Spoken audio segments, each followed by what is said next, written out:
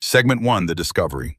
The cold had settled over the northern Wyoming ridge long before dusk, pressing down like an iron weight on everything it touched. It was the kind of winter cold that didn't simply sting at exposed skin but sank deeper, into joints and bones, slowing a man's movements and making every breath feel like swallowing shards of glass.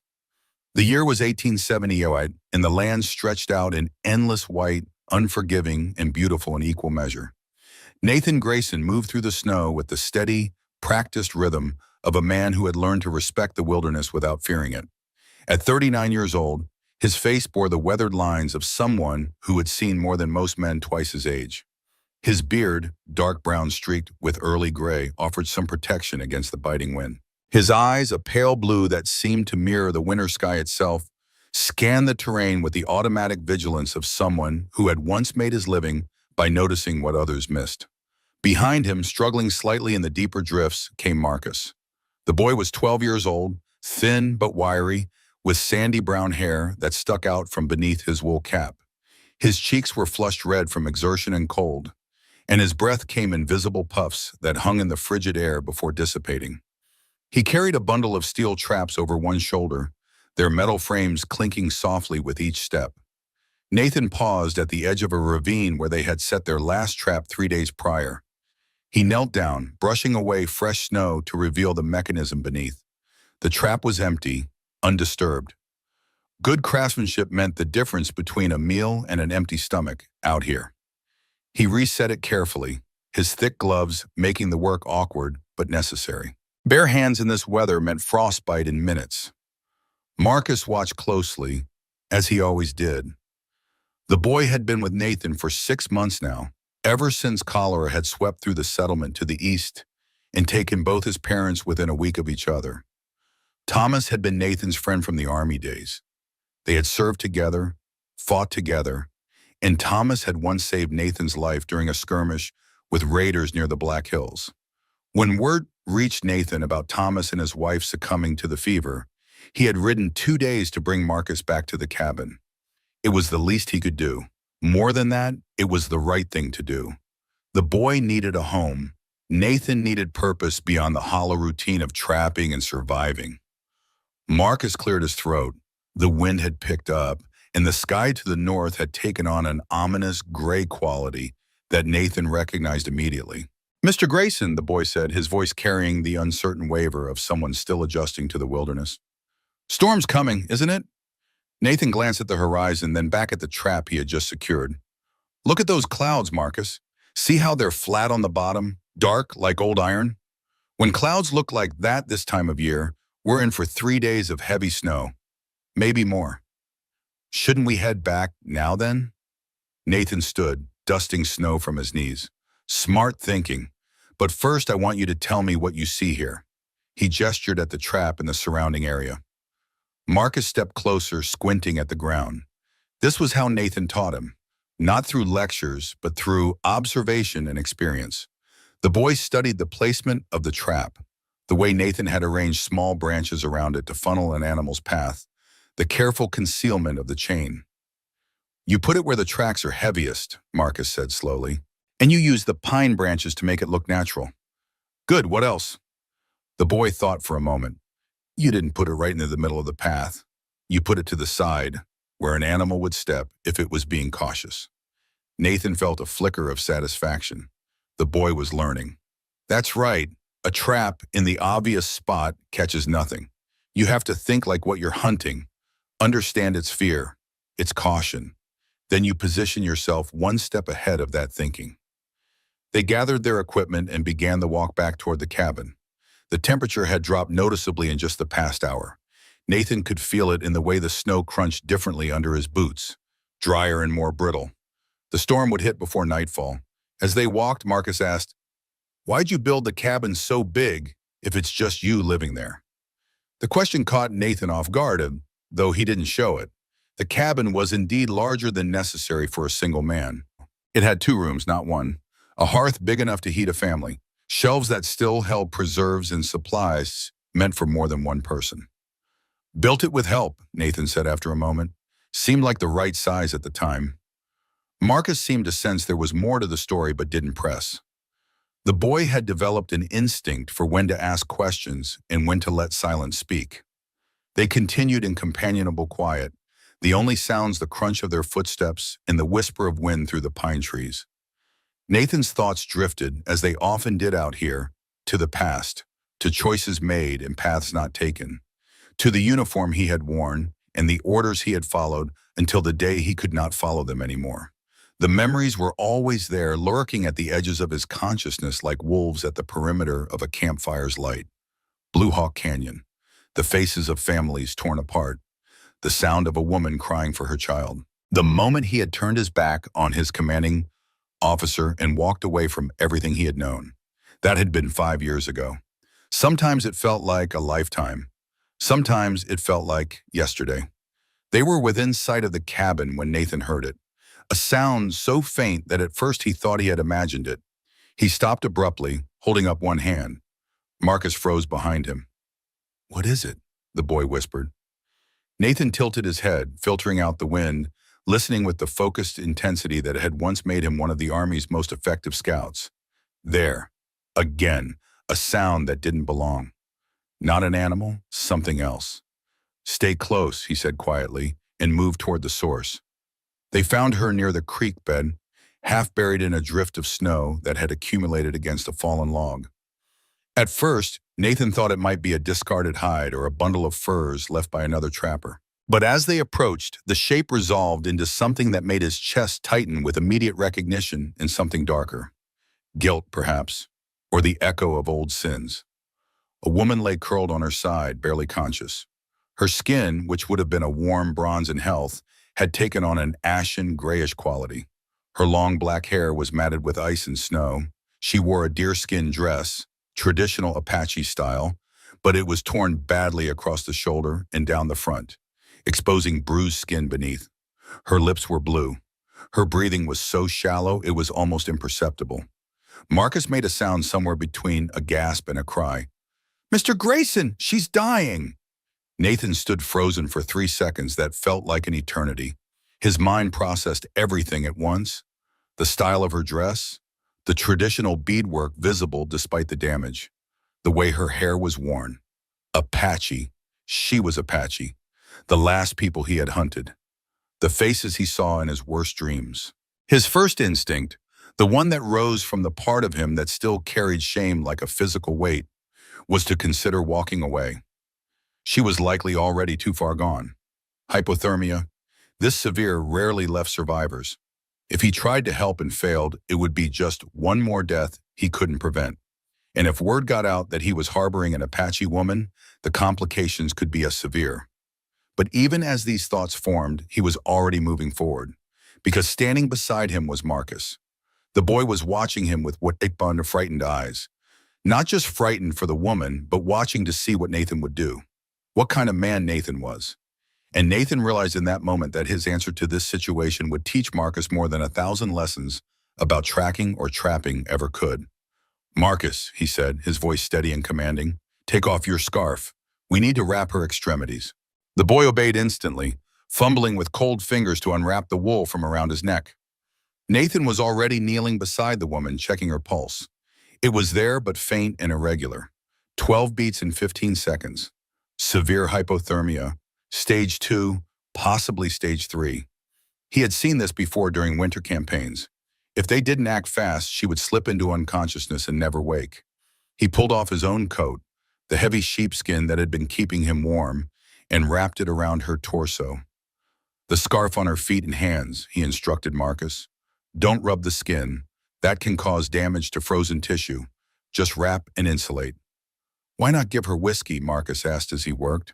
"I thought that warms people up." "Common mistake," Nathan said, carefully sliding one arm under the woman's shoulders and the other beneath her knees. "Alcohol dilates blood vessels, pushes warm blood from the core to the extremities. Feels like it warms you, but actually lowers core temperature faster. She'd die quicker." He lifted her, surprised by how light she was. Too light. She had probably gone days without proper food. Her head lolled against his chest, and he could feel the faint tremors that occasionally ran through her body. That was good. Shivering meant her body was still trying to generate heat. When the shivering stopped, That's when people died. Marcus grabbed the bundle of traps and Nathan's rifle, struggling under the weight but determined. They moved as quickly as the snow allowed, Nathan setting the pace. Every minute counted now. The woman stirred slightly in his arms, her cracked lips moving. A sound came out, barely more than an exhaled breath, but Nathan caught it. English, heavily accented but clear enough. "Frostbite," she whispered, so quietly he almost missed it. "Need warm." "You'll get warm," he said, not sure if she could hear or understand him. "Just hold on." The cabin appeared through the increasing snow. Nathan had built it 5 years ago with his sister Sarah's help, choosing this location specifically because it was remote enough that he wouldn't have to see other people unless he wanted to. The structure was solid, pine logs chinked with clay and moss, a stone chimney that drew well, and a roof steep enough to shed snow. He kicked the door open and stepped inside, immediately moving to the bed. It dominated one corner of the main room, a large frame built from lodgepole pine with a rope lattice supporting a corn husk mattress. Sarah's bed, technically, though she had been dead for 2 years now. Nathan laid the woman down as gently as he could. Her eyes fluttered open briefly, dark brown and clouded with confusion and pain, before closing again. He grabbed every blanket he could find, piling them over her, tucking them tight to trap what little body heat she still generated. Marcus had gotten the fire going. The boy was good at that, quick and efficient. Flames began to lick at the dry kindling, and soon the cabin started to fill with warmth and orange light. "Get water heating," Nathan said, moving to the shelves where he kept his medical supplies. They were basic but comprehensive. Army training had been good for something. "Not too hot, lukewarm. We need to warm her slowly." He checked her hands first. The fingers were stiff and discolored, but when he pressed gently on the nail beds, they blanched and then returned to color. Not too late. Frostbite was present, but not severe enough for tissue death yet. Her feet were similar. Painful, certainly, but salvageable. The shoulder wound was concerning. A deep bruise, dark purple, spreading across her collarbone and upper arm. Someone had struck her, and struck her hard. The torn dress told another story, one that made Nathan's jaw tighten with anger.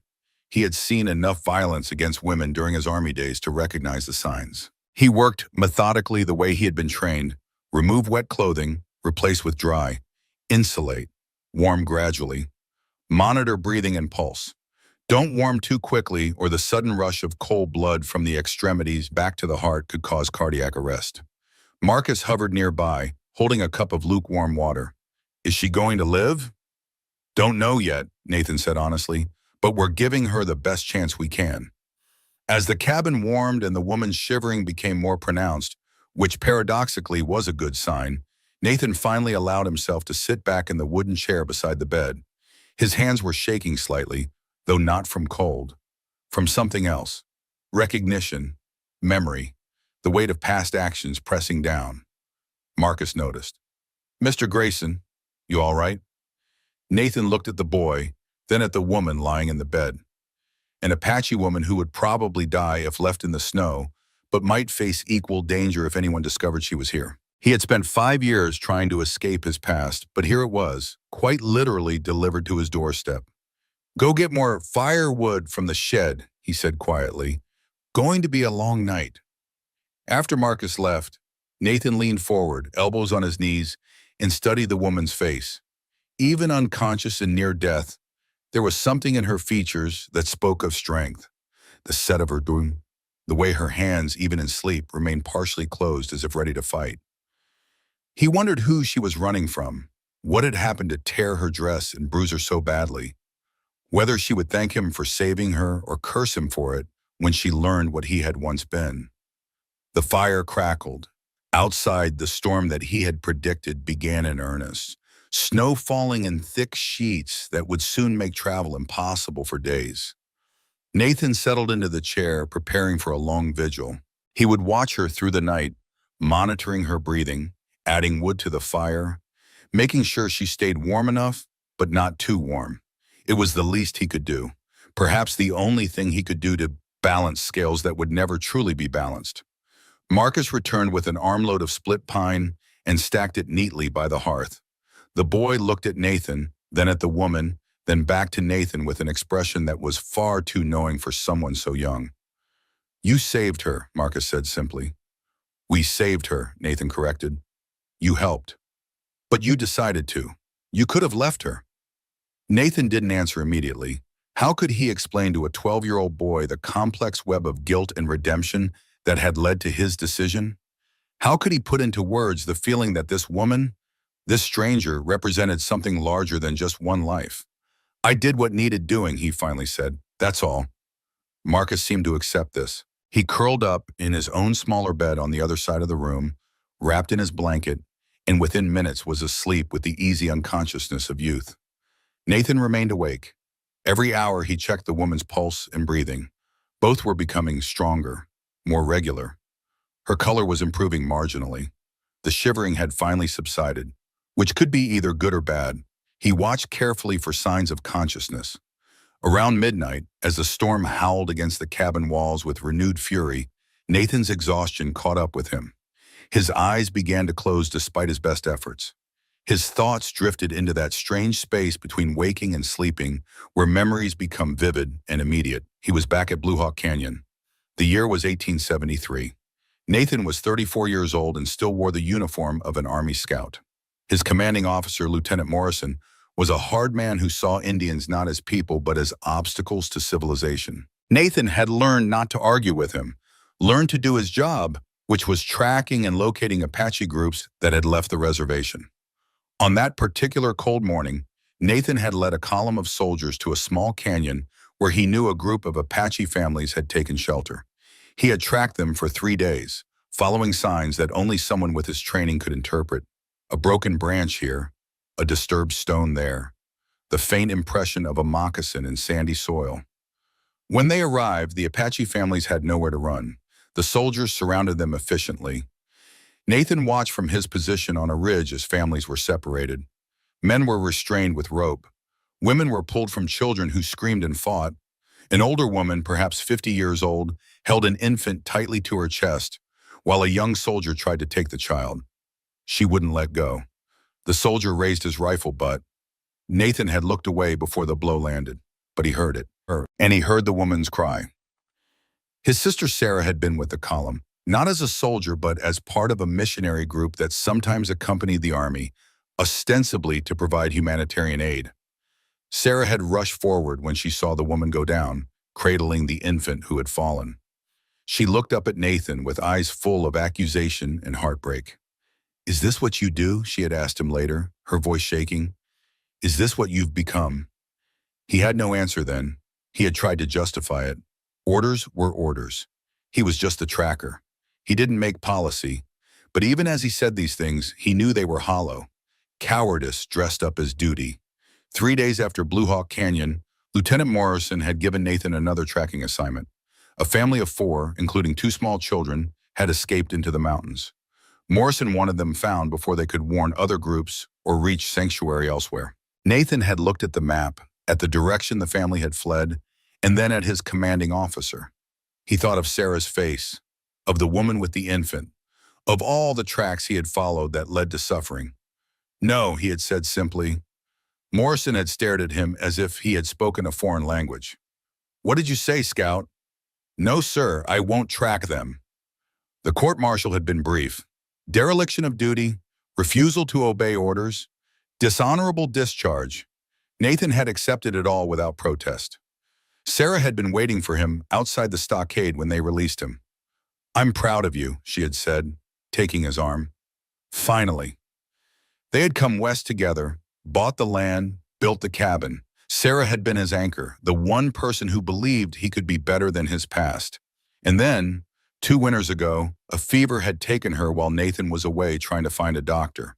He had buried her on the ridge overlooking the cabin. Sometimes he still went up there to talk to her, to tell her about Marcus, to ask her what he should do. Nathan jerked awake, disoriented. The fire had burned low. He quickly added more wood, then checked on the woman. Her eyes were closed, but her breathing was steady and strong. Her color had improved significantly. She would live. Probably. Dawnlight was just beginning to filter through the cabin's single window when she stirred. Nathan, who had been dozing in the chair, came fully awake instantly. Her eyes opened slowly, blinking against the firelight, confused and afraid. She tried to sit up, gasping with pain from her injuries. Her hands immediately went to the blankets, pulling them up to cover the torn front of her dress. Her eyes, now fully open and alert, scanned the room with the rapid assessment of someone expecting danger. When her gaze landed on Nathan, she froze. Recognition flickered across her face, followed immediately by terror. She tried to scramble backward but was too weak. Her hand fumbled beneath the pillow where Nathan had placed a small knife. He had left it there deliberately, a gesture of respect. If she woke and felt threatened, she should have the means to defend herself. She found the knife and held it with a shaking hand, pointing it at Nathan while trying to keep the blankets in place with her other arm. Nathan slowly raised both hands, palms out, and leaned back in his chair to put more distance between them. He kept his movements deliberate and non-threatening. "You're safe," he said in English, his voice calm and low. "The storm brought you here. You were dying. I brought you inside." She stared at him, her eyes moving rapidly between his face, his hands, and the rest of the cabin. Looking for threats, counting exits, calculating odds. Nathan recognized the behavior. He had done the same thing countless times in uncertain situations. "Where am I?" she asked. Her English was accented but clear. She had learned it somewhere, probably at the reservation school before her people had fled. "My cabin, about 15 miles northwest of the settlement at Crooked Creek. The storm has made travel impossible. You were near the creek bed, unconscious in the snow." "Who are you?" "Nathan Grayson. This is my land." Her grip on the knife tightened. "White man's land, white man's cabin." There was bitterness in her voice, but also something else. Resignation, perhaps. Marcus chose that moment to wake up, rolling over in his bed and blinking sleepily. When he saw that the woman was awake, he sat up quickly. "She's alive," he said with genuine pleasure. "I'm Marcus. Mr. Grayson saved you." The woman's eyes shifted to the boy, and some of the naked fear in her expression softened slightly. Children were not threats. Her knife hand lowered a fraction, though she didn't put the weapon down. Nathan spoke firmly but gently to Marcus. "Get water from the kettle, not too hot." As Marcus hurried to obey, Nathan returned his attention to the woman. "You need to drink. You were severely dehydrated. The water will help." She didn't respond, just watched him with those dark, evaluative eyes. Nathan could see her mind working, processing, trying to understand the situation. White man finds Apache woman. White man brings her to cabin. What happens next in this story? Marcus brought the cup, but Nathan took it and set it on the small table beside the bed rather than trying to hand it to her directly. Less threatening that way. "Drink when you are ready," he said. They sat in tense silence for a long moment. Finally, the woman seemed to make a decision. She lowered the knife slightly, though she kept it in her hand, and reached for the cup with her other hand. The movement made her wince as damaged muscles protested. She drank in small, careful sips, as if her throat hurt. When she finished, she set the cup down and met Nathan's gaze directly. "What's on and why?" she asked. Just that single word, but it contained multiple questions. "Because you needed help," Nathan said simply. "I am Apache. I know. You are not afraid I bring trouble?" Nathan considered lying, but something in her directness demanded honesty. "Yes, I'm concerned about trouble. But that didn't seem like a good enough reason to let you die." She studied him for another long moment, then asked, "You have water. You have medicine things. You know how to treat cold sickness. You are soldier?" The question hit Nathan like a physical blow. He forced himself to hold her gaze. Was. Not anymore. Understanding dawned in her eyes, and with it came a hardness that made her suddenly look older, more worn. "Scout," she said. It wasn't a question. "You were Scout." Nathan felt his chest tighten. Of all the things she might have guessed, this was perhaps the worst. "Yes, 5 years ago I left." Her hand tightened on the knife again. "Why you leave?"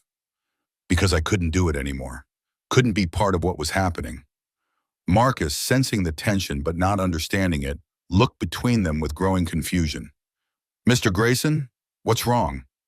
Nathan didn't take his eyes off the woman. "Marcus, could you check on the horses in the shed? Make sure they have feed and water." "But the storm." It's eased enough. Stay close to the rope line. Come right back. The boy nodded and pulled on his coat, glancing back once at the woman before heading outside. When the door closed, the cabin seemed to shrink, the space between Nathan and the woman becoming charged with unspoken history. She spoke in Apache now, rapid and harsh. Nathan understood enough of the language from his army days to catch the meaning, though not every word. She was asking him something about a place, a canyon, Blue Hawk Canyon. Nathan felt his blood run cold.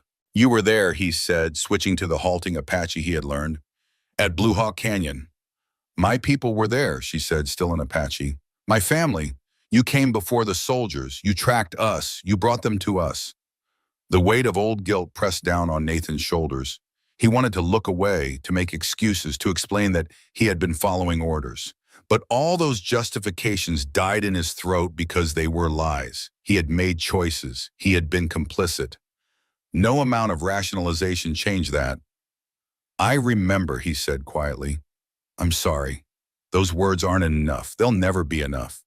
She switched back to English, perhaps so she could be more precise in what she wanted to say. Sorry, my uncle died because of you. He tried to fight. They shot him. Nathan closed his eyes briefly. I know. I can't undo what I did. Why you help me now? Guilt? He opened his eyes and looked at her directly. Partly, yes, but also because it's right. Because I have a boy watching me, learning from me, because I don't want to be that man anymore. They sat in silence for what felt like hours, but was probably only minutes. The fire crackled. Wind rattled the shutters. The woman's breathing was still labored, and Nathan could see the pain in her face from her injuries and the lingering effects of hypothermia. Finally, she asked, What is your name again? Nathan Grayson. I am Ayanna. The formality of the introduction felt strange given everything that had been said, but also necessary. A reset of sorts. Ayanna, Nathan repeated. Can I check your injuries? The bruising on your shoulder looks severe. She tensed immediately, the knife coming up again. You not touch me. I won't, but I have salve that will help with the pain and reduce swelling. I can show you where it is and you can apply it yourself, or not. Your choice. The word choice seemed to catch her attention. She studied him again with that intense, evaluating gaze. Finally, she nodded slightly. Nathan moved slowly to his medical supplies and retrieved a small tin of salve he had made from herbs and animal fat. He placed it on the table beside the bed, well within her reach, but requiring him to come no closer. For bruises, he said. It works. I used it myself after I got thrown from a horse last month. Ayanna took the tin and opened it, sniffing the contents. Nathan saw surprise flicker across her face. This has cottonwood bark, she said, and sage. Apache medicine. Learned it from a healer near Fort Apache, before everything went bad. She looked at him with something that might have been respect. You learn good. Marcus returned then, stamping snow from his boots and shivering. Horses are fine. There's enough hay for 3 days at least. He looked at Ayanna hopefully. Are you feeling better, ma'am? The woman's expression softened when she looked at the boy. Yes. Better. Thank you. I'm glad Mr. Grayson found you. You would have died out there. I know. Marcus looked like he wanted to ask more questions, but Nathan caught his eye and shook his head slightly. The boy nodded and busied himself with preparing a simple breakfast of corn mush and dried meat. As the morning light grew stronger outside, Nathan found himself in an impossible situation. He had an Apache woman recovering in his cabin, a woman who knew what he had been, what he had done. The law said she was a fugitive if she had left the reservation without permission. Local prejudices said she was dangerous. And yet, looking at her sitting there with a knife clutched in one hand and pain etched in every line of her face, Nathan felt something he hadn't felt in 5 years. Not quite redemption. That was too strong a word for the situation. But perhaps the first small step on a very long path toward it. The storm continued outside, and Nathan knew they were all trapped together for at least another day, possibly more. 3 people in a small cabin, a former Army scout carrying the weight of his past, an Apache woman fleeing from something, and a boy who needed to believe that people could be good. What could possibly go wrong? The storm continued through the night and into the next day, relentless and unforgiving. Snow piled against the cabin walls in drifts that reached halfway up the shuttered windows.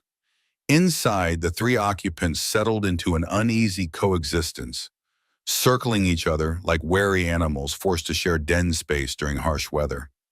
Nathan had given Ayanna the bed and moved his own sleeping area to a pallet near the fire. Marcus remained in his corner, but the boys' curious glances toward their unexpected guest never ceased. He was young enough to be fascinated rather than frightened, old enough to sense the tension that crackled between the two adults whenever their eyes met. By the second morning, Ayanna's condition had improved dramatically. The color had returned to her face, though the bruising on her shoulder had darkened to a deep purple that spread across her collarbone like spilled ink. She could sit up without assistance now, and the tremors that had racked her body during the first night had subsided completely. Nathan maintained a careful distance, respecting the invisible boundaries she had established. He spoke only when necessary, his words efficient and practical. Where the firewood was kept, how to work the pump for the well water that came up through a pipe he had installed in the cabin floor. The location of the outhouse, though he suspected she would not venture outside until absolutely necessary. It was Marcus who finally broke through the wall of silence. The boy had been studying Ayanna with open curiosity for hours, stealing glances while pretending to oil the steel traps that needed maintenance. Finally, his natural gregariousness overcame his hesitation. "Miss Ayanna," he said, looking up from his work, "how did you learn to speak English so well?" Nathan tensed, expecting her to rebuff the question. Instead, she looked at the boy with an expression that was almost gentle. "Mission school," she said. "When I was young, before my people left the reservation, teachers were kind. They taught reading, writing, speaking." "Can you read?" Marcus asked with genuine interest. "Yes. Can you?" The boy nodded enthusiastically. "Mr. Grayson's been teaching me. We have 3 books. I've read them all twice." "What books?" Marcus scrambled to retrieve them from the shelf, eager to share. "This one's about farming. This one's got Bible stories. And this one," he held up a worn leather volume with obvious pride, "this one's about Lewis and Clark exploring the West." Ayanna took the book carefully, running her fingers over the embossed cover.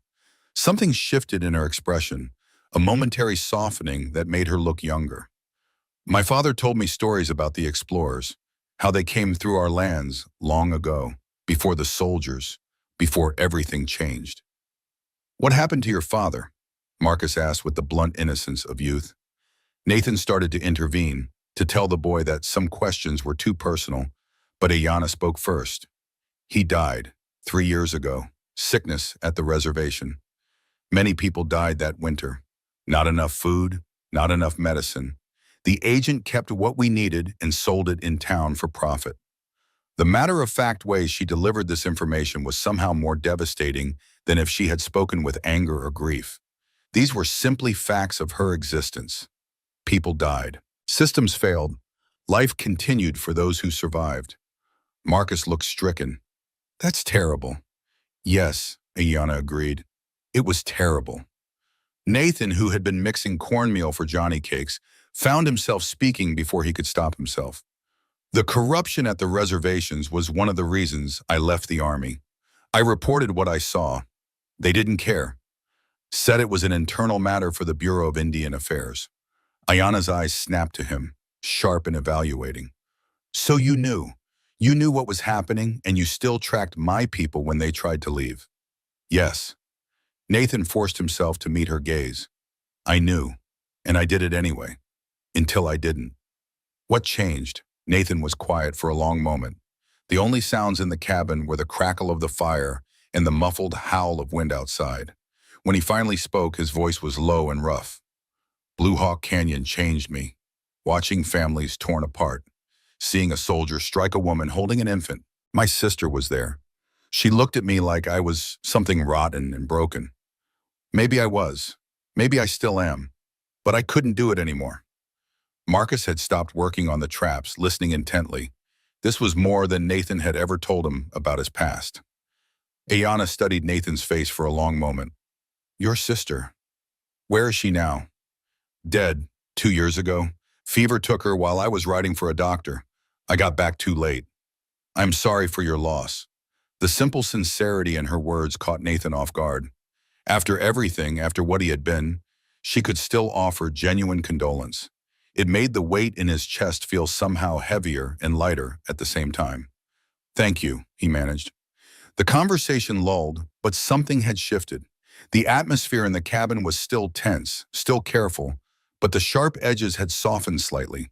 They were no longer quite strangers, though they were not yet anything that could be called friends. Over the next few hours, a tentative routine established itself. Nathan showed Marcus how to properly clean and maintain the Winchester rifle, explaining the mechanics with the patience of someone who understood that knowledge could mean survival. Ayanna watched from the bed, and once when Nathan was struggling to describe how the firing pin mechanism worked, she spoke up. "Like a hammer striking a nail," she said, "but the nail is the bullet primer. The hammer must hit straight and hard, or the bullet does not fire." Nathan looked at her in surprise. "That's exactly right. How did you know that?"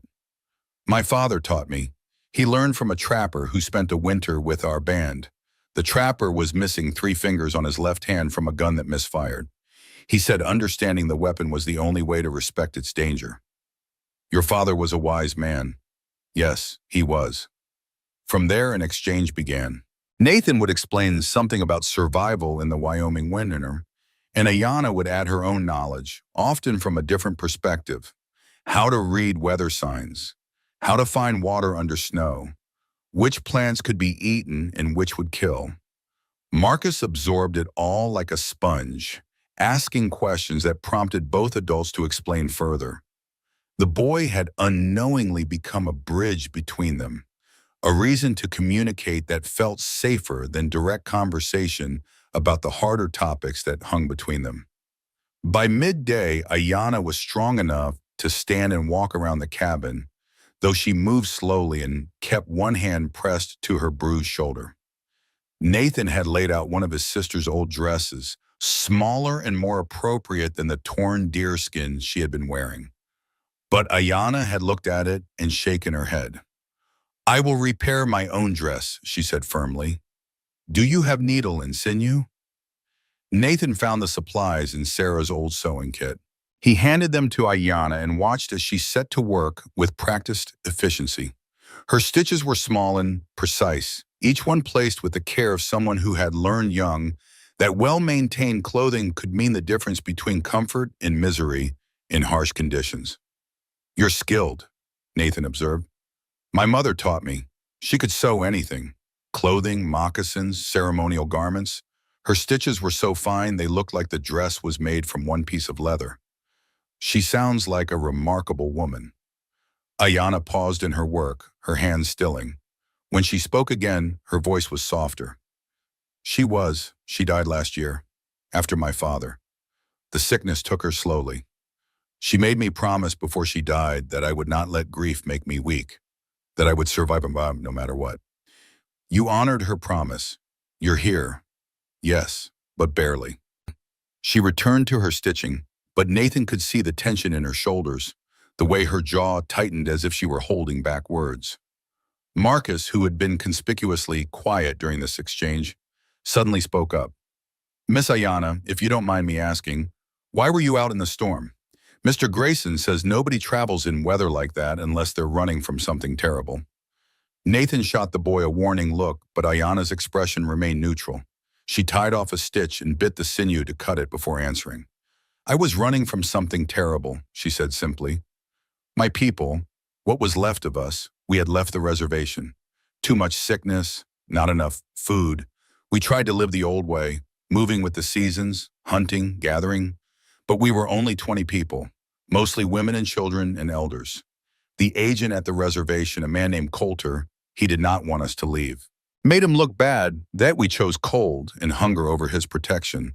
She paused, her hand stilling on the dress. "3 days before Mr. Grayson found me, we were camped near a creek. Dawn came, so did Ute warriors, 5 of them." Nathan felt his stomach tighten. He knew what was coming, but he let her tell it in her own way. "The Utes and my people, we have old conflicts, old grudges. But this was not about old grudges. The warriors had been paid to find us and bring us back to Agent Coulter, paid in money and supplies." Marcus looked confused. "But why would Utes help a white agent?" Ayana's smile was bitter. Because the reservations have made everyone desperate. The Utes on their reservation are starving too. $50 for bringing back runaways is more money than most families see in a year. Enough to buy medicine, food, blankets for winter. Nathan set down the pan he had been cleaning. Coulter was paying bounties for runaways? Yes, legal, he said. Legal, we were fugitives from federal land. He had the right to reclaim us. She returned to her stitching, but her movements were more aggressive now, each pull of the sinew sharper. They killed the men who tried to fight, took the women and children. 3 of us escaped into the trees. 2 were caught. I kept running. 1 warrior caught me. He tore my dress, struck me, said I would fetch a good price because I was young and strong. Her voice never wavered, but Nathan saw her hands tremble slightly. I had a knife hidden in my belt, small blade. I cut him across the arm when he tried to tie my wrists. Not deep, but enough that he let go. I pawned into the storm. I chose freezing to death over being sold back to Coulter like livestock. The cabin fell silent except for the endless whisper of wind and snow outside. Marcus looked horrified. Nathan felt a familiar rage building in his chest, the same anger that had ultimately driven him from the army. The system was broken, people suffered, and those in power profited. This Agent Coulter, Nathan said carefully, he's still operating the same way. As far as I know, unless someone stops him. How would someone stop him? Ayana looked up, meeting Nathan's eyes directly. Proof, records, someone with authority who actually cares. But who has that? The army does not care. The territorial government does not care. Indians are not citizens. We have no rights they are bound to respect. That is what your judges say. Yes? She was quoting the Dred Scott decision, though she probably did not know the specific case. The principle had been applied broadly and brutally. Nathan felt the weight of shame settle over him again. Before he could respond, a sound cut through the storm's monotony, the distant but distinct sound of a horse nickering. Nathan was on his feet instantly, rifle in hand. Ayana's eyes went wide with fear. Someone is coming, she whispered. Marcus moved to the window, peering through a crack in the shutters. I see a rider, 1 man. He's heading straight for the cabin. Nathan's mind raced through possibilities. A neighbor would have called out by now. A casual traveler would not be out in this weather. That left official business or trouble, and in his experience, those were often the same thing. Ayana, get in the back room, he said quietly but firmly. Stay quiet. Marcus, act natural. Ayana moved quickly despite her injuries, disappearing through the doorway that led to the cabin's smaller second room. Nathan positioned himself near the door, rifle held low but ready. He forced his breathing to slow, his mind to calm. Whatever was coming, panic would not help. The knock, when it came, was loud and authoritative. A lawman's knock. Grayson, Nathan Grayson, open up, Territorial Marshal. Nathan glanced at Marcus, who had gone pale. He mouthed the words steady to the boy, then opened the door just wide enough to see out. A man stood on the porch, snow-covered and clearly miserable. He was perhaps 50 years old, with a weathered face and tired eyes. A badge glinted on his coat. Behind him, a horse stood with its head down against the wind. Marshal, Nathan said neutrally, hell of a day for a ride. Hell of a day for most things, the marshal agreed. His name was Tom Hewitt, and Nathan had met him once before, years ago, when there had been a property dispute with a neighbor. Hewitt had struck him as fair-minded, but by the book. Can I come in? About to lose feeling in my extremities. Nathan hesitated only a second before stepping back. Come in, coffee's hot. Hewitt entered, stamping snow from his boots. His eyes swept the cabin with professional efficiency, noting the extra dishes on the table, the damp clothing hung to dry by the fire. Nathan saw the exact moment when the marshal registered that the clothing included a woman's doeskin dress. Nice place you got here, Hewitt said carefully. Warm. Does the job. What brings you out in weather like this? Hewitt accepted the cup of coffee Marcus offered him and took a long drink before answering. Got a complaint filed 3 days ago. Man named Jacob Brennan. Know him? Nathan's jaw tightened. I know him. owns the property to the east. Been trying to buy my land for 2 years. I keep telling him no. Well, Brennan's claiming you're harboring a fugitive, an Apache woman who escaped from a Ute raiding party, says it's a violation of territorial law, and if you're breaking the law on your claim, your land title becomes void. There it was, the threat laid bare. Nathan forced himself to remain calm, to think clearly. And you rode out in a blizzard on Brennan's word alone? I did, because he filed the complaint with the territorial judge, and the judge takes federal law seriously. If there's a reservation Indian on your property without authorization, I'm required to investigate. Hewitt's eyes moved to the dress again. That looked like Apache work to you, Grayson? Nathan could lie, should lie, but he had never been good at deception, and he suspected Hewitt would see through it anyway. Before he could answer, a voice came from the doorway to the back room. Yes, Marshal, it is Apache work, because I am Apache. Ayanna stepped into view. She had wrapped a blanket around her shoulders over the repaired dress, and despite her obvious injuries, she held herself with quiet dignity. Nathan's heart sank. She had just made everything infinitely more complicated. Hewitt set down his coffee and stood. Ma'am, I'm going to need to ask you some questions. I will answer them, Ayanna said. She moved to stand beside Nathan, and he was struck by the deliberateness of the gesture. She was not hiding, not cowering. She was choosing to face this directly. What's your name? Ayanna. I have no family name. My people do not use them. Were you part of a group that left the San Carlos Reservation without authorization approximately 6 weeks ago? I left because the reservation was killing my people. Slow starvation is still murder, Marshal. Hewitt's expression flickered. Sympathy, perhaps, but he pressed on. That doesn't change the legal status. By law, you're considered a fugitive. I'm supposed to return you to federal custody. Nathan stepped forward. She was attacked, Marshal, by Utes working for a corrupt agent named Coulter, who's been paying bounties for runaways. She was beaten, left for dead. I found her dying in the snow. Are you telling me I should have left her there? I'm telling you the law's the law, Grayson. I don't write it. I just enforce it. Even when the law's wrong? Hewitt was quiet for a moment. Especially then. Because if men like me start picking and choosing which laws to enforce based on what feels right, we've got chaos. It was a fair point. Nathan hated it, but it was fair. He was scrambling for another argument when he heard the sound of another horse approaching, then another. He moved to the window and felt his blood run cold. Jacob Brennan sat astride a large roan, looking pleased with himself. Behind him were 4 Ute warriors, and Nathan recognized the lead man immediately from old Army intelligence briefings. Blackhawk, son of the chief, known for being both an exceptional fighter and an honorable man who kept his word. Brennan dismounted and strode toward the cabin like he owned it.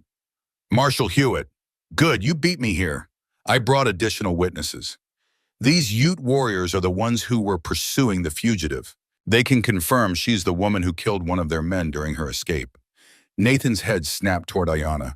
You killed someone. Her face was pale but determined. He was going to tie me to his horse and drag me back. I had no choice. Brennan pushed open the door without knocking, tracking snow across the floor. He looked at Ayanna with undisguised satisfaction. There she is, boys. That the woman? Blackhawk had entered behind Brennan along with 2 of his warriors. The other 2 remained outside. The Ute warrior studied Ayanna carefully, then spoke in clear English. That is the woman. She killed Running Elk 3 days ago, cut his throat while he slept. Ayanna's eyes blazed. Liar! He was not sleeping. He was trying to force himself on me. I defended myself. Blackhawk's expression remained neutral, but Nathan, who had years of experience reading men in tense situations, saw something flicker in the warrior's eyes. Discomfort, maybe, or doubt. Hewitt raised his hands. Everyone calm down. This is getting complicated fast. Miss Ayanna, did you kill a man? I defended myself from rape. If that is murder in your law, then I am guilty. The marshal looked pained. Ma'am, that's a serious accusation against a dead man who can't defend himself. He was not a good man, Blackhawk said suddenly. Everyone turned to look at him. Running Elk had a reputation, cruel to women, But he was my cousin. His death must be answered for. Brennan was practically vibrating with glee. So we've got murder in addition to the fugitive charge. Marshal, I believe that makes this a clear case. Remove her from Grayson's property, and his land claim becomes contestable due to his harboring a known criminal. Nathan's mind was working frantically. There had to be a way out of this. Some legal technicality, some loophole. And then he remembered something Samuel Whitmore had told him once, years ago, about territorial law and marriage. She's not a fugitive, Nathan heard himself say. She's my wife. The cabin erupted. Brennan shouted protests. Marcus gasped. Hewitt's eyebrows shot up. Ayanna turned to stare at Nathan with an expression somewhere between shock and disbelief. Nathan continued before anyone could interrupt.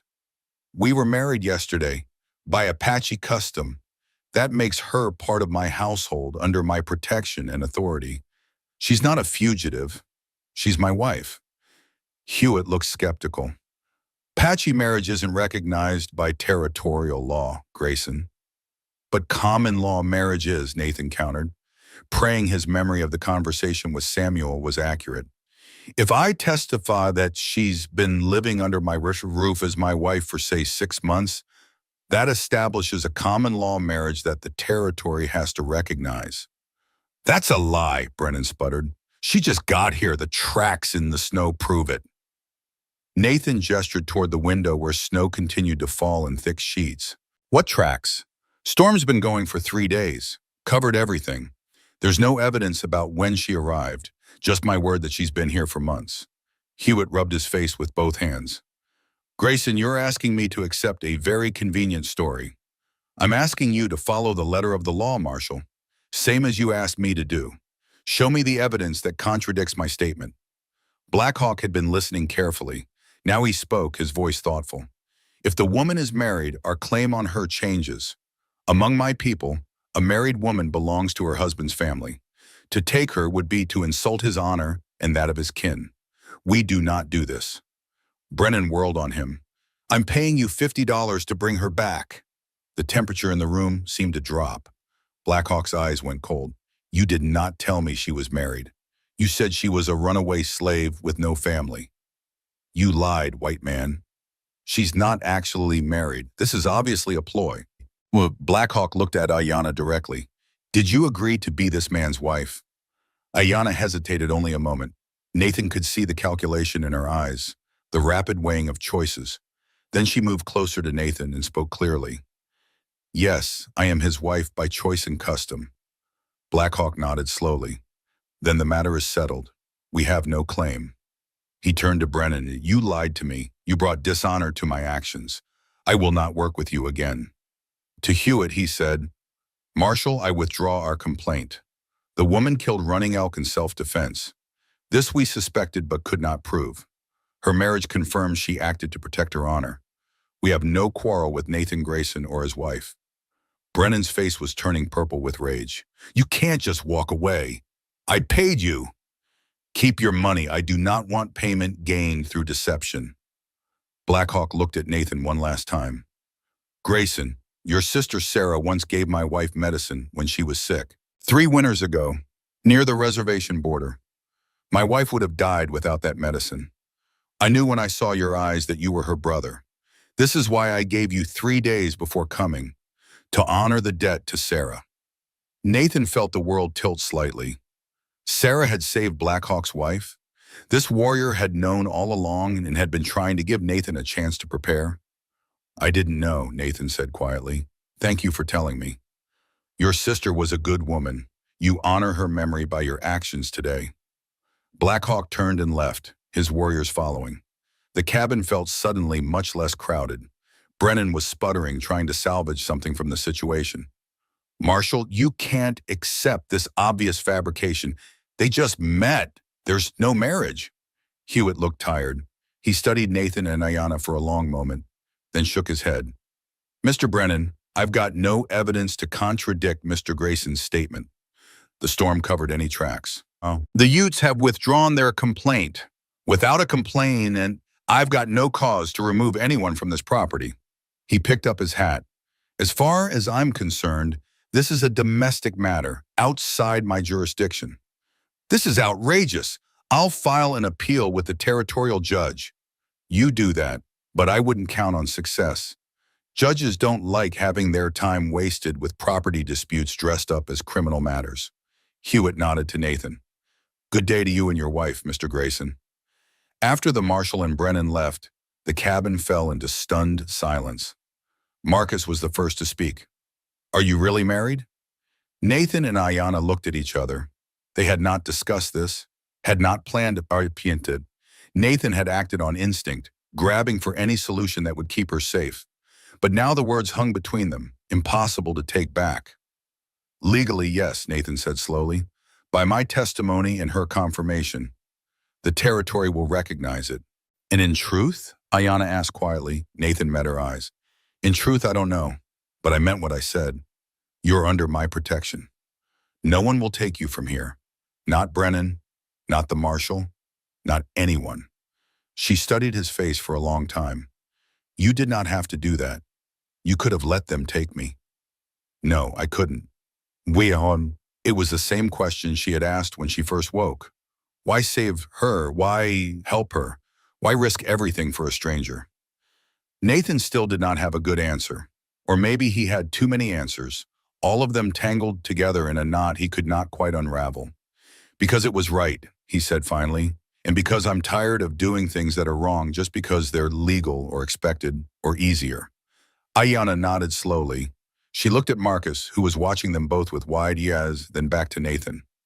Then I accept. I am Ayanna Grayson, your wife, and this is my home.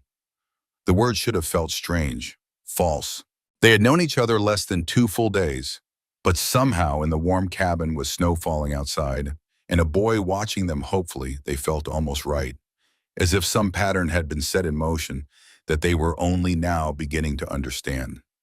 Welcome home, Nathan said softly, and for the first time since she had arrived, Ayanna smiled. The storm finally broke on the 4th day, leaving behind a world transformed into something crystalline and strange. Snow lay in drifts that reached the eaves in some places, sculpted by wind into shapes that looked almost deliberate. The sky cleared to a blue so sharp it hurt to look at directly, and the temperature dropped even further as the cloud cover disappeared. The days since the marshal's visit had passed quietly. Nathan and Ayanna moved carefully around their new reality as husband and wife, testing what that meant. Marcus watched them with hopeful eyes, wanting this fragile family to work. Nathan stood on the porch at dawn, his breath forming clouds in the frigid air, surveying the work that needed to be done. The path to the shed would need clearing. The animals required tending. And most importantly, he needed to assess their situation with clear eyes now that the immediate crisis had passed. He had a wife. The thought still felt surreal. A woman he barely knew, connected to the worst parts of his past, now legally bound to him by words spoken in desperation.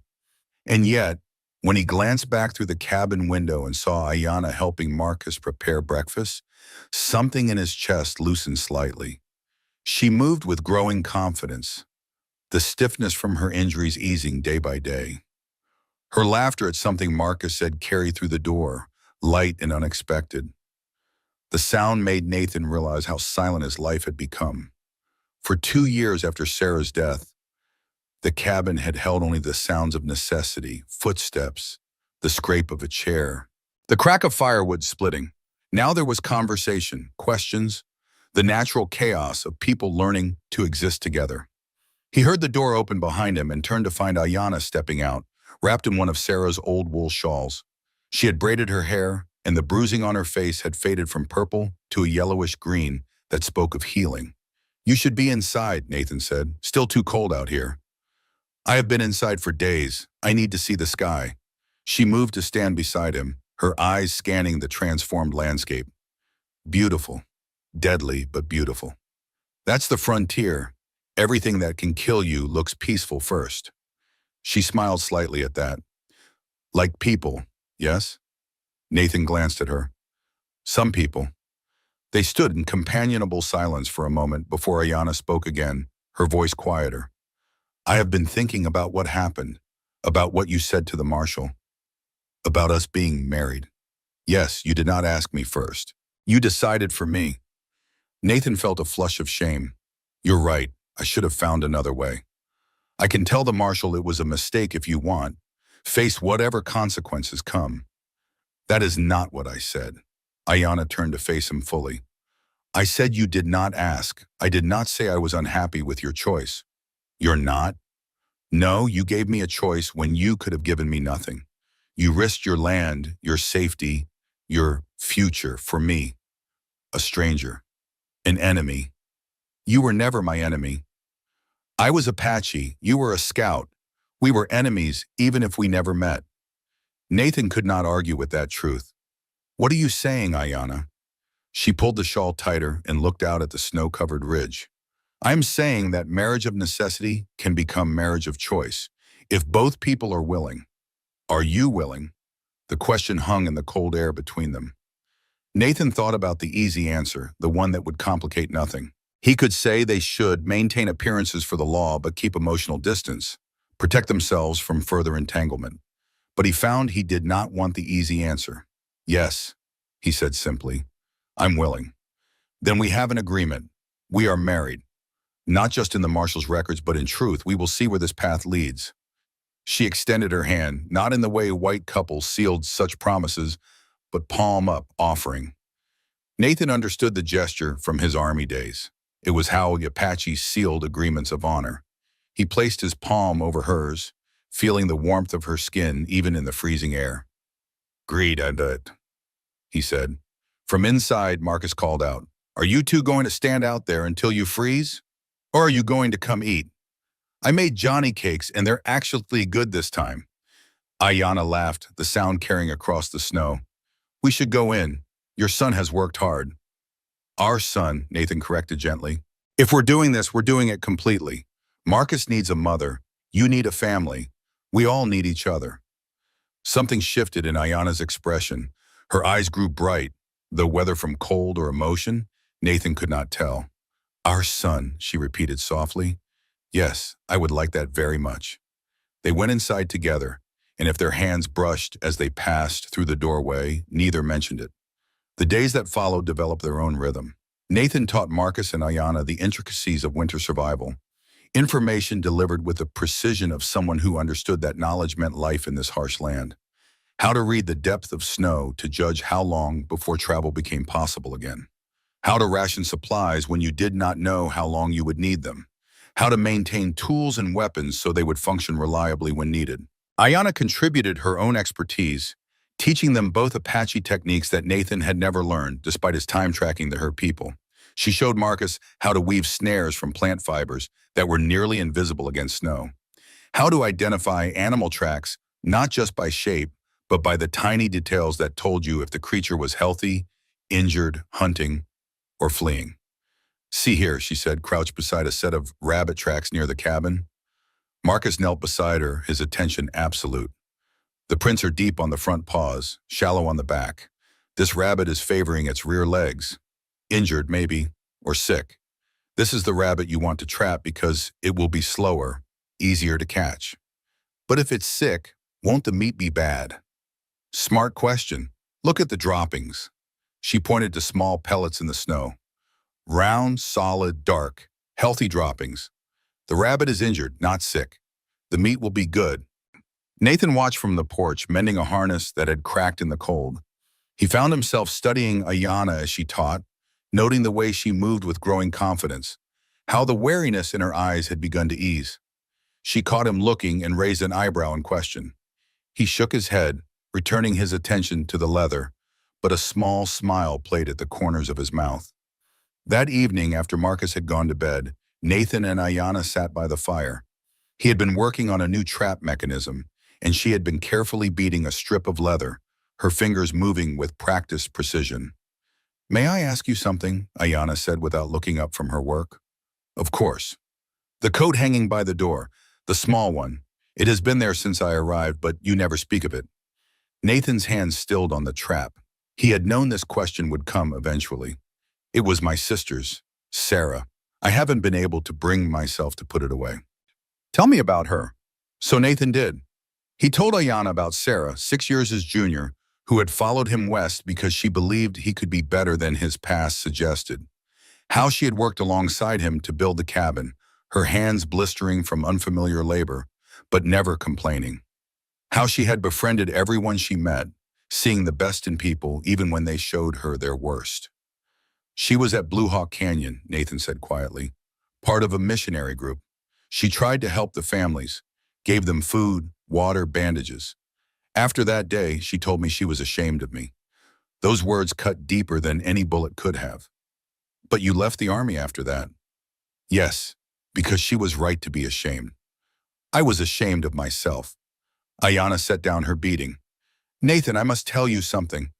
About that day at Blue Hawk Canyon. There was something in her tone that made Nathan look up sharply. My mother was there, she continued. I was not yet born, but she told me the story many times before she died. She said a white woman with yellow hair came to her when she was sitting in the dirt crying. My mother was holding my older sister, who was just an infant then. A soldier had tried to take the baby from her arms. He struck her when she would not let go. Nathan felt his throat tighten. He remembered that moment with brutal clarity. It was seared into his memory like a brand. The woman wrapped my mother's head wound, Ayanna said. She gave her water, and she gave her this. Ayanna reached into her dress and pulled out the turquoise necklace Nathan had noticed before. My mother said the woman's name was Sarah. She said Sarah had kind eyes and a brother who was a soldier, but might be a good man underneath. Nathan stared at the necklace. He recognized it. Sarah had worn it every day. He thought it had been buried with her, but she must have given it away before that final illness took hold. My mother told me, Ayanna continued, her voice thick with emotion, that she watched you after Sarah helped her. She saw you turn away when your officer ordered you to track families into the mountains. She saw you walk away from everything. She said, that soldier chose honor over orders. His sister would be proud. Your mother, Nathan said, his voice barely above a whisper. She was the woman with the infant, the one who was struck. Yes, and that infant was my sister. She died 3 years later from the reservation sickness. My mother was pregnant with me at the time of Blue Hawk Canyon. She used to say I was born from her tears and Sarah's kindness. The revelation hung in the air between them, heavy with implication. The woman Nathan had failed to protect 25 years ago had been Ayanna's mother. And Sarah, in her quiet way, had tried to make amends for what Nathan and the army had done. The spirits brought me to you, Ayanna said softly. My mother used to say that the spirits guide us to where we need to be, even when the path is hard. I did not understand until now. You could not save my mother and sister that day, but Sarah helped them when no one else would. And now you saved me. Sarah's kindness has come full circle. Nathan could not speak. The weight of it all, the impossible web of connections and consequences that had led to this moment, threatened to overwhelm him. He felt Ayanna's hand on his arm, warm and steady. Nathan, look at me. He did. Her eyes were bright with unshed tears, but her expression was open, without never or accusation. You are not the man you were. The man who found me in the snow is not the man who led soldiers to Blue Hawk Canyon. People can change. You have changed. Sarah knew this, my mother knew this, and I know this. How can you forgive me? The words came out rough, scraped raw. After everything? Because holding on to hate would dishonor my mother's memory. She forgave you the day she watched you walk away from the army. She told me that forgiveness is not about excusing what was done. It is about refusing to let the past poison the present. Ayanna squeezed his arm gently. And because you are my husband now, we cannot build a future if we are trapped in the past. Nathan pulled her to him then, not in passion, but in desperate gratitude. She came willingly, wrapping her arms around him, and they held each other while the fire crackled and the night deepened outside. When they finally pulled apart, both their faces were wet. Thank you, Nathan managed. You have nothing to thank me for. We saved each other. That is what family does. The word family settled over them like a benediction. They sat together in silence after that, but it was a different kind of silence than before. Warmer, fuller, the kind of silence that exists between people who no longer need words to understand each other. The peace lasted 3 more days. Then Samuel Whitmore arrived. Nathan heard the horse before he saw it, and he was at the door with his rifle before Samuel even dismounted. The old trader raised both hands in a placating gesture. "Easy there, Nathan. Just me. Brought supplies and news, neither of which you're going to like."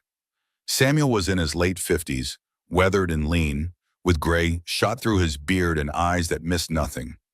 He had been a soldier himself once, though he never spoke of those days.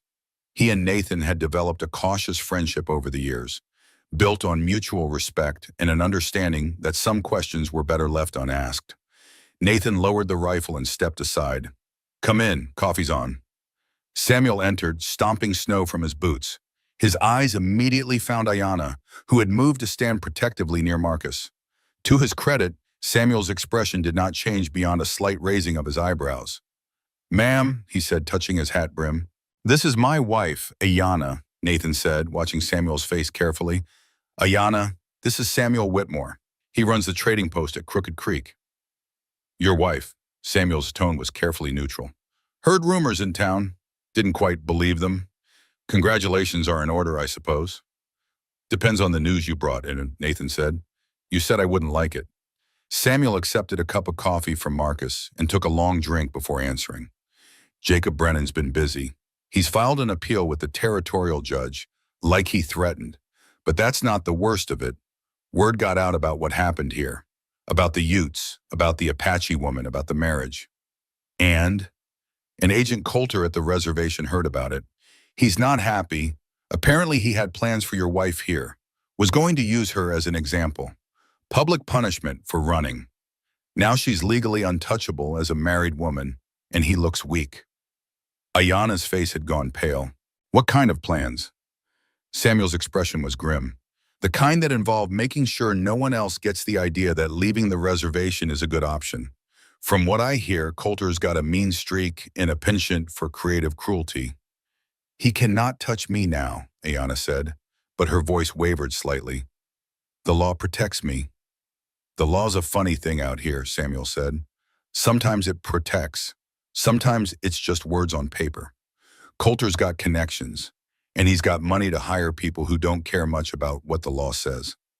Nathan felt cold settle into his bones, and it had nothing to do with the winter air.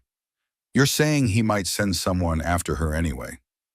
"I'm saying it's a possibility you should prepare for. Coulter's not a man who takes public embarrassment well. And there's more. Black Hawk and his warriors. They've made camp about 5 miles south of here. They haven't left the area." Black Hawk withdrew his complaint. He said the matter was settled. "It is settled far as he's concerned, but 2 days ago, 3 more Ute warriors showed up at his camp. Word is they were sent by Coulter with a new offer.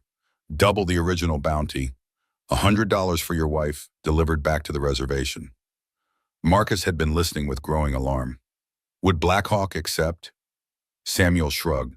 "Black Hawk's an honorable man, but he's also got a family to feed and a sick wife who needs expensive medicine.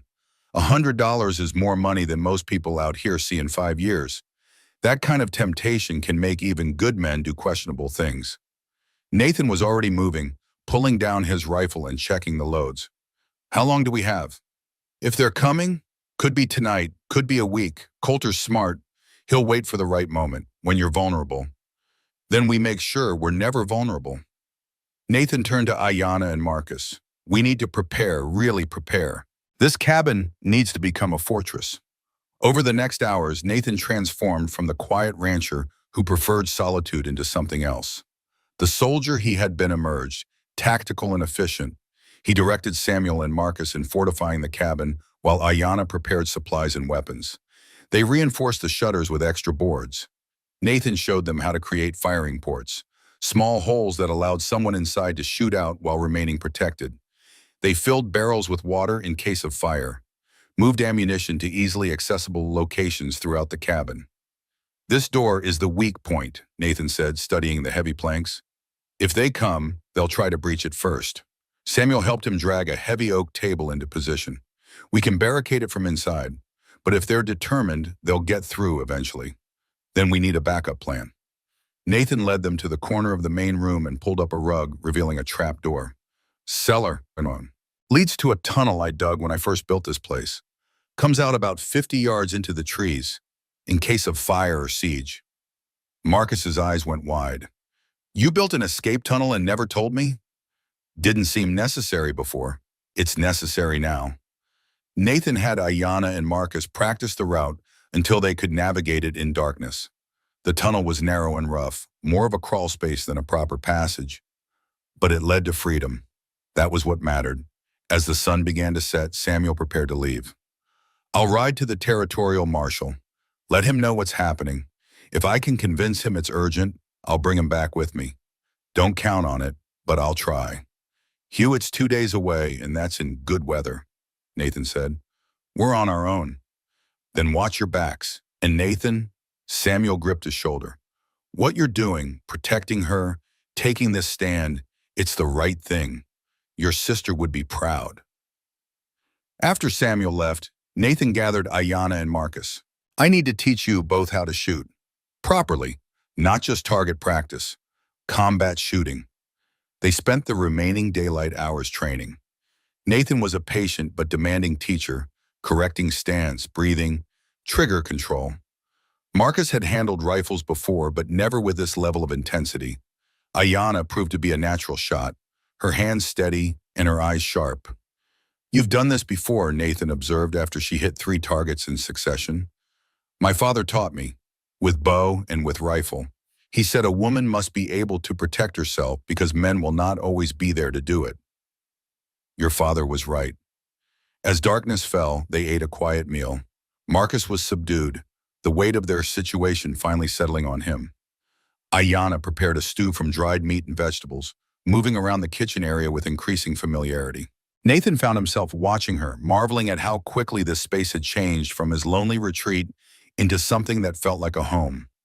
After Marcus went to bed, though Nathan suspected the boy would not sleep much, Nathan and Ayanna sat together by the fire. He was cleaning his revolver with methodical care. She was checking arrows, testing the tension of bowstrings. Are you afraid? She asked quietly. Nathan considered the question honestly. Yes, but not for myself, for you and Marcus. If something happens to me, I need to know you'll both survive. Nothing will happen to you, Marty. You can't promise that? No, but I can promise that if they come, they will face all of us, not just you. We are family. We fight together. Nathan looked at her across the firelight.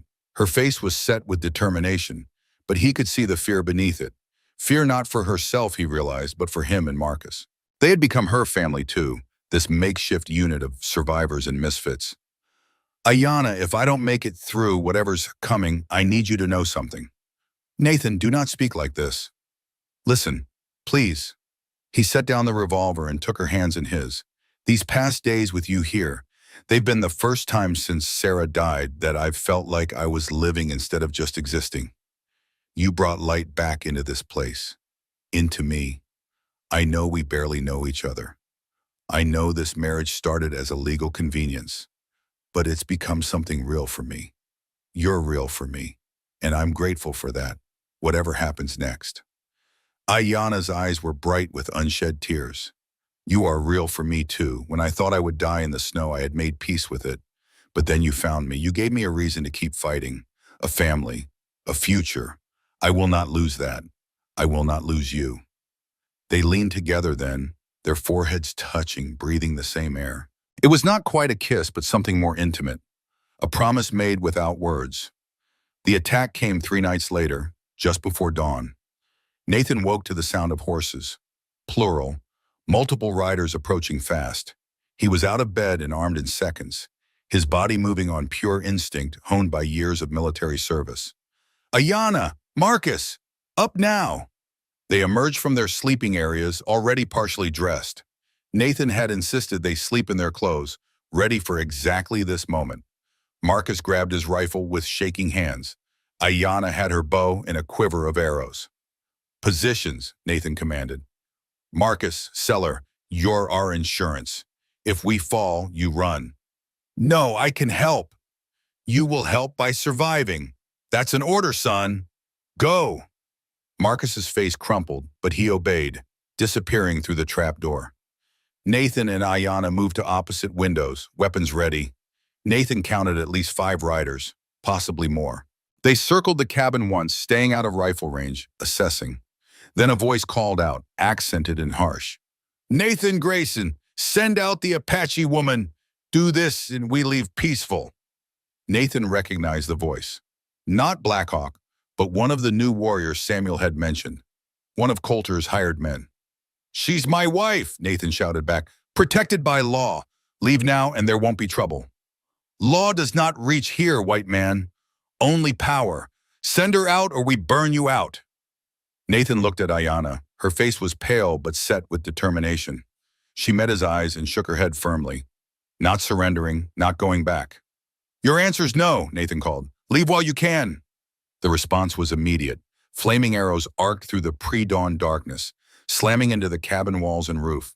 Nathan had prepared for this, soaking the wood with water, but fire was always a threat.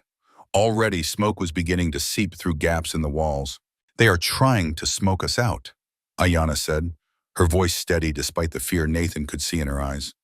Then we make them regret it. Nathan aimed carefully and fired. The lead rider jerked but didn't fall. Hit in the shoulder, not fatal. Good. Nathan didn't want to kill if he could avoid it, but he would if necessary. The warriors scattered, returning fire. Bullets thudded into the cabin walls. One shattered the shutter near Nathan's head, spraying him with splinters. He ignored the pain and kept firing, making each shot count. Ayanna's bow sang, arrow after arrow whispering through the air. She was aiming for horses, not men, forcing the riders to dismount and approach on foot. It was a sound strategy. Horses were bigger targets and harder to replace than warriors. The battle fell into a rhythm. Attack, return fire, reload. Attack again. The sky began to lighten, turning from black to gray. Nathan realized with growing concern that they were running low on ammunition. He had perhaps 20 rounds left for the rifle, maybe a dozen for the revolver. Then he heard it, a sound that made his blood freeze. Chopping. Someone was attacking the door with an axe. They're breaching, Nathan shouted. He moved toward the door just as the blade crashed through, splintering wood. Another strike. Another. The door would not hold much longer. Ayanna had abandoned the window and taken up a position where she could fire at whoever came through the door. Her face was set in lines of grim determination. This was the last stand. They both knew it. The door burst inward. A warrior charged through, and Nathan met him with the rifle butt, slamming it into the man's temple. The warrior went down hard. Another came through. Ayanna's arrow took him in the thigh. He fell back, screaming. Then everything happened at once. A shot rang out from outside, but not aimed at the cabin. Someone was firing at the attackers. Nathan risked a glance through the broken door and saw a sight he had not dared hope for. Samuel Whitmore had returned, and he had brought help. Marshal Hewitt rode beside him, along with 4 deputized men from the town. They had the attackers surrounded. Drop your weapons. Hewitt's voice carried clear authority. You're under arrest for attempted murder and arson. The remaining Ute warriors looked at each other. One made a move toward his rifle. Samuel shot it out of his hands. I wouldn't, Samuel said calmly. Next one goes through your head. The warriors surrendered, throwing down their weapons. Hewitt and his men moved in to bind them. Nathan lowered his rifle, his hands shaking with the aftermath of adrenaline. Ayanna moved to his side and he pulled her close, needing to feel that she was real and safe. Marcus emerged from the cellar, his face streaked with tears, but his eyes fierce. Is it over? It's over, Nathan said. He reached out and pulled the boy into the embrace with Ayanna. They stood there, the 3 of them, holding each other while the sun rose over the snow-covered ridge. Marshal Hewitt approached the cabin, stepping over the broken door. He looked at the damage, at Nathan and Ayanna holding each other, at Marcus with his rifle, and shook his head. Samuel got to me yesterday evening. Rode through the night to get here.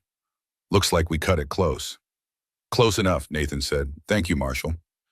Don't thank me yet. This situation's bigger than I realized. One of those men out there started talking. Said they were hired by Agent Coulter. Gave us enough information that I can arrest Coulter for conspiracy to commit kidnapping and murder. The territorial judge is going to want statements from all of you. We'll give them. Hewitt's eyes moved to Ayanna. Ma'am, what those men tried to do to you, what Coulter's been doing at the reservation, it's going to come out. There'll be a federal investigation. Things are going to change. Will they? Ayana's voice was quiet but skeptical. Or will another corrupt agent replace him and the suffering continue? Hewitt could not answer that. None of them could. But something had shifted. A line had been crossed, and witnesses had survived to tell the tale. As the deputies led the prisoners away, and Samuel helped Nathan begin repairs on the damaged cabin, Ayana found herself standing on the porch, looking out at the endless white landscape. Marcus came to stand beside her. "Ma," he said tentatively, testing out the word. She looked down at him and smiled, putting her arm around his shoulders. "Yes, my son? Are we safe now?" Ayana thought about lying, about giving him the comfort of false certainty, but this boy deserved truth. "We are safer, but safety is not permanent in this world. We must always be ready, always vigilant. That is how we protect what matters. Like you and Pa protected me today. Like we all protected each other. That is what family does." Nathan joined them on the porch, his shirt torn and his face smudged with soot and blood, but his eyes clear and steady. He put his arm around Ayana's waist, and she leaned into him, feeling the solid warmth of him beside her. "Samuel's staying to help with repairs," Nathan said. "Says it'll take a few days to get the door properly fixed and patch the bullet holes." "Then we have a few days together," Ayana said. "As a family, without running, without fear. I will take that gift." "It's more than a gift," Nathan said quietly. "It's a beginning, a real one. We've fought for it, earned it, and we'll keep fighting for it every day if we have to." Ayana turned to face him fully. The sun was fully up now, turning the snow into fields of diamond light. In that clean, clear illumination, she could see everything that Nathan had been and everything he was becoming. A man who had made terrible choices but was making better ones now. A husband who had risked everything to protect her. A father who was teaching a boy how to be good. "Yes," she said, "we will fight for it. Together." She kissed him then, there on the porch with Marcus watching and grinning, with Samuel hammering boards and whistling, with the smoke from the fire damage still hanging in the air. It was not a kiss of passion or desperation. It was a kiss of commitment, of choice, of two people who had found each other in the worst circumstances and decided to build something better. When they pulled apart, Nathan rested his forehead against hers. "I love you," he said quietly. "Don't know when it happened, but I do." "I know," Ayana whispered back, "because I love you too, my husband, my Nathan." And in that moment, standing together on the threshold of a damaged cabin on a frozen Wyoming ridge, surrounded by the evidence of violence but alive and together, they were happy. The hard part was over. Now came the harder part, actually building a life together. But they would face that challenge the way they had faced everything else, as a family, together.